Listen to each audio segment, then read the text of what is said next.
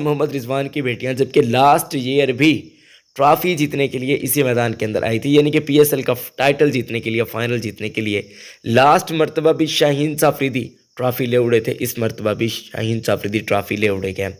आप लोगों को बताता चलूँ कि दोनों स्टार खिलाड़ी हैं, बहुत स्टार खिलाड़ी हैं, और माशाल्लाह जिस तरीके से इस्लाम को फॉलो करते हैं वो भी काफ़ी अच्छी चीज़ है, जैसे कि आप लोग वीडियो में देख भी सकते हैं। ये कोई आम बंदा नहीं कर सकता, जिसके अंदर पक्का ईमान होता है वहीं बंदा ये काम कर सकता है। अल्लाह पाक इन्हें मज़ीद इस्तकामत अता फरमाए। वीडियो को लाइक भी कर दीजिएगा और चैनल को सब्सक्राइब भी लाजमी कर दीजिएगा। आपको बताते चलें कि शाहीन साफरीदी ट्रॉफ़ी ले उड़े, और ट्रॉफ़ी की तकरीब जब हो रही थी तो मोहम्मद रिजवान की बेटियां भी मौजूद थी, लास्ट ईयर भी इस साल भी, और वो शिकवा शिकायत अपने बाबा से कर रहे थे कि शाहीन चाचू ही क्यों ट्रॉफियाँ जीते हैं, लास्ट ईयर भी इस मरतबा भी। तो ये सारी तकरीब देख रही थी, लेकिन अब ऐसा नहीं है कि मोहम्मद रिजवान को भी कुछ नहीं मिला, लेकिन ये थोड़ी सी दुखी टाइप वीडियो थी।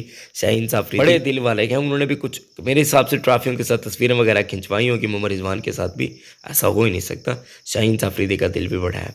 उम्मीद करता हूँ कि वीडियो आपको पसंद है। वीडियो को लाइक कीजिएगा, चैनल को सब्सक्राइब कीजिएगा। अपना बहुत ज़्यादा ख्याल रखें, अपने प्यारों को बहुत ज़्यादा ख्याल रखें। अल्लाह।